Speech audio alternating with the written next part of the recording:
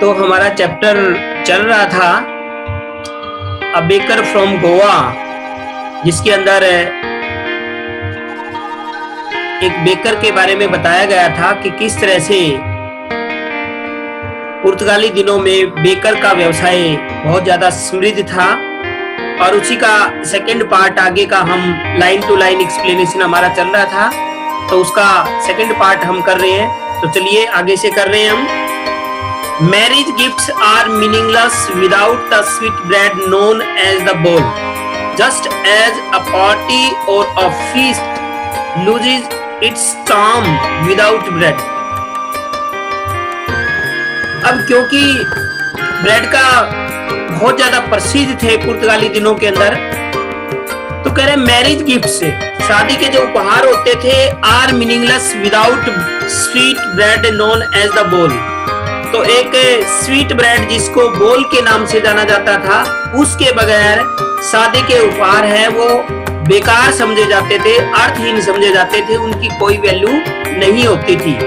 Just as a party और अ feast loses it's charm without bread, जिस प्रकार से एक कोई भी पार्टी हो या फीस्ट या सामूहिक भोज का आयोजन हो और उसके अंदर ब्रेड ना परोसा जाए तो उसका जो चार्म है, उसका महत्व है, वो बिल्कुल खत्म हो जाता है।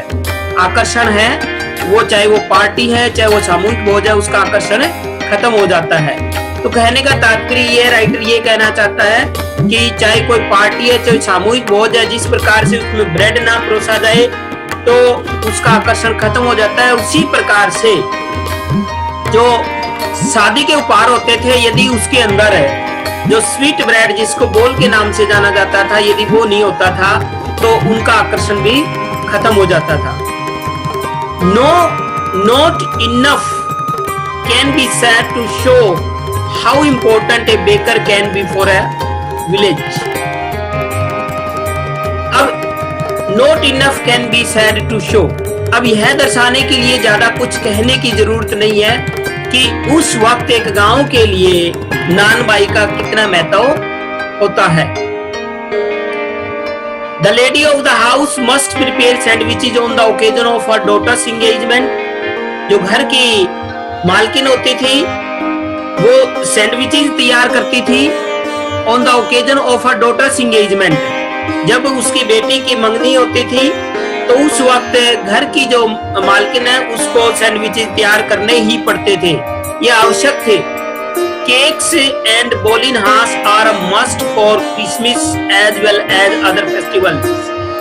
इसी तरह से यदि कोई भी क्रिसमस का त्योहार होता या कोई दूसरे फेस्टिवल्स होते तो उनके ऊपर केक्स और बोलिनहास, बोलिनहास भी एक प्रकार की स्वीट का ही नाम है, ये दोनों चीजें उस वक्त इन दोनों ये सभी प्रकार के फेस्टिवल के ऊपर आवश्यक मानी जाती थी। Thus, the presence of baker's furnace in the village is absolutely essential। और इस प्रकार से हम कह सकते हैं कि बेकर की भट्ठी की उपस्थिति है वो गांव के अंदर बहुत ही आवश्यक होती है। The baker or bread seller of those days had a peculiar dress known as the kabai। Writer आगे बता रहा है कि बेकर, नान बाई या ये कहिए कि ब्रेड सेलर जो ब्रेड बेचने का काम करता था उन दिनों का मतलब है पुर्तगाली दिनों के अंदर, तो वो एक विशेष पिकुलियर ड्रेस, एक स्पेशल ड्रेस पहनता था जिसको उस समय कबाई कहा जाता था। तो ये इस तरह की ड्रेस होती थी। ये कबाई एक लॉन्ग फ्रॉक जैसा ड्रेस होता था जिसे कबाई कहते थे। It was a single long piece, it was a single piece long frock reaching down to the knees. यह एक सिंगल पीस होता था, लंबा फ्रॉक होता था जो घुटनों से नीचे तक जाता था।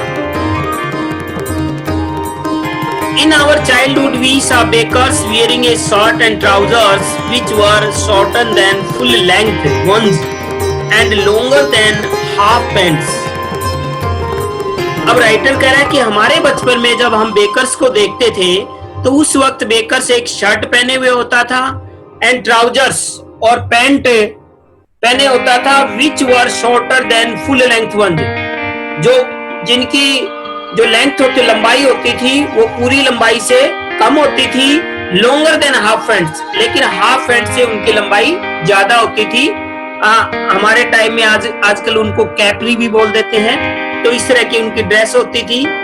Even today, anyone who wears a half pant which reaches just below the knees invites the comment that he is dressed like a feather. Even today, आज भी यदि कोई व्यक्ति हाफ पैंट पहना हुआ है जो कि उसके घुटनों से नीचे तक जाती है, तो उसे भी ये कमेंट से सुनने को मिल जाता है कि देखो पैदर जैसी ड्रेस पहनी हुआ है। तो ये आप देख सकते हो, इस तरह की हाफ पैंट होती थी उसकी जो घुटनों से नीचे तक जाती थी, और शर्ट। तो इस तरह की ड्रेस को पैदर के नाम से जाना जाता था। तो ये अक्सर क्वेश्चन पूछ लिया जाता है कि दोनों में कबाई और पैदर में क्या अंतर है, तो ये आपको पता होना चाहिए। The baker usually collected his bills at the end of the month. अब बेकर जब ब्रेड बेचकर आता था गांव के अंदर, तो वो रोजाना उसके पैसे नहीं लेता था, बल्कि वो महीने के अंत में अपने बिल इकट्ठे करता था और पैसे लेता था। Monthly accounts used to be recorded on some wall in pencil, और जो पूरे महीने का जो लेखा जोखा होता था वो उस वक्त किसी कॉपी पेन के अंदर नहीं होता था, बल्कि वो किसी घर की दीवार के ऊपर पेंसिल से लिखा जाता था। Baking was indeed a profitable profession in the old days, और इस तरह से जो बेकिंग का व्यवसाय था वो इंडीड निसंदेह प्रॉफिटेबल लाभ देने वाला profession in the old days. तो पुराने दिनों के अंदर जो बेकिंग का व्यवसाय था वो निश्चित तौर पर लाभ देने वाला होता था। The baker and his family never starved, his family and his servants always looked happy and prosperous.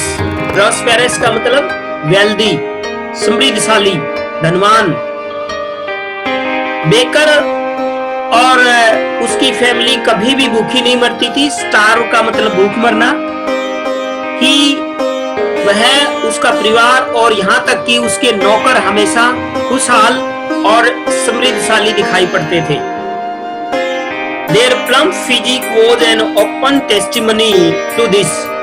उनका हट्टा कट्टा शरीर, प्लम्प का हट्टा कट्टा, गोल मटोल, उनका हट्टा कट्टा शरीर है, वो इस बात का टेस्टिमनी का मतलब प्रमाण था कि वो समृद्धशाली थे और खाने पीने की कोई कमी नहीं थी।